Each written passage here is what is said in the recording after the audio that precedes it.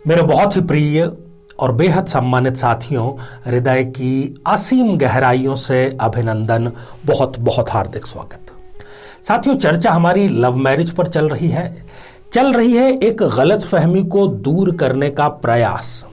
कारण क्या है कि भारत में हमारी एक सोच निर्मित हो चुकी है कि हम तो भाई लव मैरिज करने जा रहे हैं, हमारे घर वाले तैयार हैं, लड़की या लड़के के घर वाले भी तैयार हैं, तो फिर कुंडली दिखाने का क्या मकसद है। मान लो कुंडली नहीं मिली तो हम भ्रम के शिकार हो जाएंगे और शादी तो हमें इसी व्यक्ति से करनी है। बहुत बड़ी गलती करने जा रहे हैं। इस गलती के परिणाम आप भविष्य में ना भुगतें और उसको समय रहते आप सही कर सकें, इसीलिए हम ये श्रृंखला लेकर के आए हैं।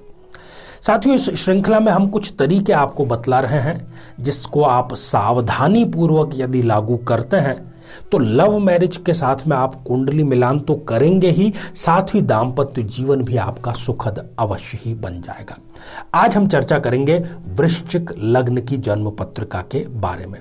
यदि आप अपने लग्न से संबंधित एपिसोड देखने से रह गए हैं तो यहां आई बटन में हम उसका लिंक प्रोवाइड करा रहे हैं ताकि जाकर के आप उसको देख सकें। और देखना इसलिए भी जरूरी है कि आपको अपने और जो आपका भावी जीवन साथी है उन दोनों के ही लग्नों से संबंधित एपिसोड देखने हैं, तभी जाकर के आपका कार्य संपूर्ण होगा। साथियों, आगे हम चर्चा करें इससे पहले एक बेहद जरूरी सूचना कि हम हमारे प्रत्येक एपिसोड के अंत में किसी न किसी जातक के प्रश्न का उत्तर देते हैं और ये प्रश्न हमें प्राप्त होते हैं आप लोगों के ही द्वारा YouTube कमेंट के माध्यम से। यहां पर दो बातों का आपको ख्याल रखना है। एक तो आप कमेंट से पहले लिखें #आचार्य चंद्रकांत। साथ ही कमेंट में आपको उस प्रश्न का उत्तर भी देना है, सही उत्तर देना है जो इसी एपिसोड से संबंधित है और इसी एपिसोड के अंत में आपसे पूछा जाएगा। तो आइए साथियों, बिना किसी देरी किए वृश्चिक लग्न की जन्म पत्रिका पर हम दृष्टिपात करते हैं। यह जो जन्म पत्रिका है 8 नंबर से प्रारंभ हो रही है।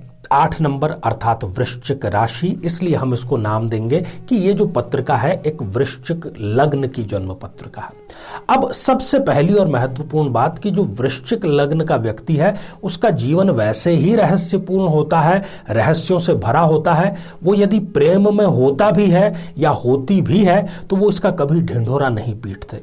बहुत मुश्किल से लोगों को, इवन घर वालों को, दोस्तों को पता चल पाता है कि ये प्रेम में है और प्रेम विवाह ये करना चाहता है।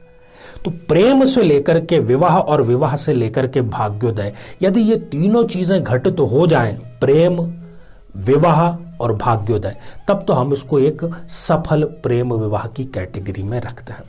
अब सबसे पहले कुछ ऐसे बिंदु हम यहां पर जानते हैं कि कब वृश्चिक लग्न का जो जातक है वो प्रेम विवाह करता ही करता है, बहुत प्रबल उसकी संभावना होती है।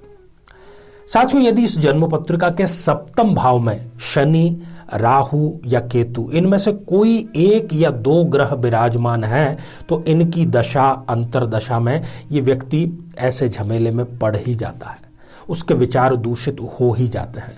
ये भी बात खरी है कि उसके घर वाले इस रिश्ते को एक्सेप्ट नहीं करते।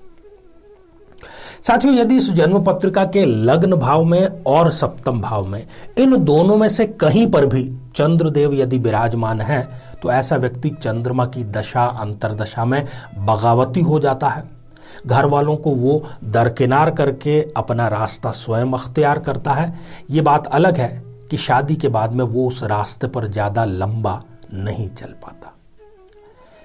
साथियों, संबंधों के कारक शुक्रदेव यदि उस जन्म पत्रिका में राहु, केतु या शनि, इनसे युति करके विराजमान हो जाएं तो दोनों ही परिवारों से ये व्यक्ति कट जाता है। ये विवाह संपन्न करता है, अपनी मर्जी से करता है, परंतु होता यह है कि ये स्वयं और इनका जो जीवन साथी है ये दोनों ही अपने अपने परिवारों, अपने अपने ससुराल पक्ष से सदैव सदैव के लिए कट जाते हैं। साथियों, अगला बिंदु है लग्नेश और सप्तमेश को लेकर के। यदि इस जन्म पत्रिका में लग्नेश मंगल और सप्तमेश शुक्र, इन दोनों में से कोई एक या दोनों ही लग्न में, पंचम भाव में, सप्तम भाव में या फिर अष्टम भाव में विराजमान हो जाएं तो विवाह के 6 माह बाद ही इन दोनों में जबरदस्त मारपीट होती है। हिंसा के निशान इनके चेहरे पर, इनके शरीर पर आसानी से देखे जा सकते हैं और कोर्ट कचहरी के अलावा दूसरा रास्ता इनके पास बचता नहीं। साथियों, ये सब बिंदु जान करके फायदा क्या?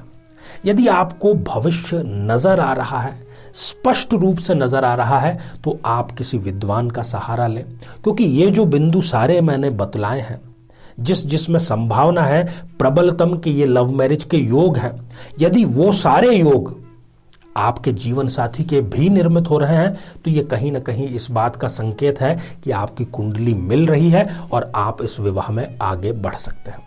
अब बहुत ही खास और बहुत ही महत्वपूर्ण बिंदु, यदि इस जन्म पत्रिका में पंचमेश गुरुदेव, सप्तमेश शुक्र और भाग्येश चंद्रमा, इन तीनों ग्रहों की कहीं पर भी युति है, तब आंख मूंद करके इनको विवाह संपन्न कर लेना चाहिए, क्योंकि ये इनके लिए एक सफल लव मैरिज का योग निर्मित कर रहा है। परंतु यदि ये युति छठे, आठवें या फिर 12वें भाव में है, तब फिर इनको गलती से भी इस प्रकार का कदम नहीं उठाना चाहिए। जिन जिन ग्रहों की, जिन जिन युतियों की हमने चर्चा की, यदि उनमें से कोई भी ग्रह 0 डिग्री का, 1 डिग्री का या फिर 28-29 डिग्री, इस प्रकार की अंतिम डिग्रियों का यदि है, तब भी ये योग फलीभूत नहीं होते, क्योंकि इस स्थिति में उस ग्रह का बल ही समाप्त हो चुका है। तो साथियों, आप इसका लाभ जरूर लीजिए जीवन को बेहतर बनाने के लिए। तो साथियों, अब आज का कमेंट। साथियों, आज हमने कमेंट शामिल किया है मानसी मिश्रा जी का, जो कि उन्होंने लिखा है इटावा, उत्तर प्रदेश से। आपने पूछा है कि क्या आपकी जन्म पत्रिका में लव मैरिज का योग है। देखिए मानसी जी, आपकी जन्म पत्रिका में लग्नेश बनते हैं शुक्रदेव, पंचम भाव में जाकर के बैठे हैं, तो लव मैरिज का योग तो बन रहा है। परंतु आप भी इस सीरीज को देखे बिना अपने स्वयं का एपिसोड भी आप अच्छे से देखिए, और जिनसे आप विवाह करना चाहते हैं उनका भी देखिए, क्योंकि आप प्रबल रूप से मंगलीक भी हैं। तो कुंडली जरूर मिलाइए, इसका समाधान करिए। ढेर सारी आपको शुभकामनाएं। तो साथियों, अब आज का बेहद ही आसान सा प्रश्न। आज हमने चर्चा की वृश्चिक लग्न की, चर्चा की कि कब लव मैरिज के योग बनते हैं, कब वो सफल हो सकती है। तो वृश्चिक लग्न की जन्म पत्रिका में सप्तमेश कौन सा ग्रह होता है? साथियों, आप सभी स्वस्थ, समृद्ध और शांतिपूर्वक जीवन व्यतीत करें। नमस्कार। जीवन में किसी समस्या का सामना कर रहे हैं, जैसे कि शादी में देरी होना, पति पत्नी में मनमुटाव या तलाक तक की नौबत आ जाना, संतान का प्राप्त न हो पाना, नौकरी या धन प्राप्ति में बाधा आना, जीवन के प्रत्येक क्षेत्र में किसी न किसी प्रकार की बाधा आना, तो आज ही अपनी जन्म पत्रिका का संपूर्ण विश्लेषण करवाएं और पाएं समस्या से सदैव के लिए मुक्ति।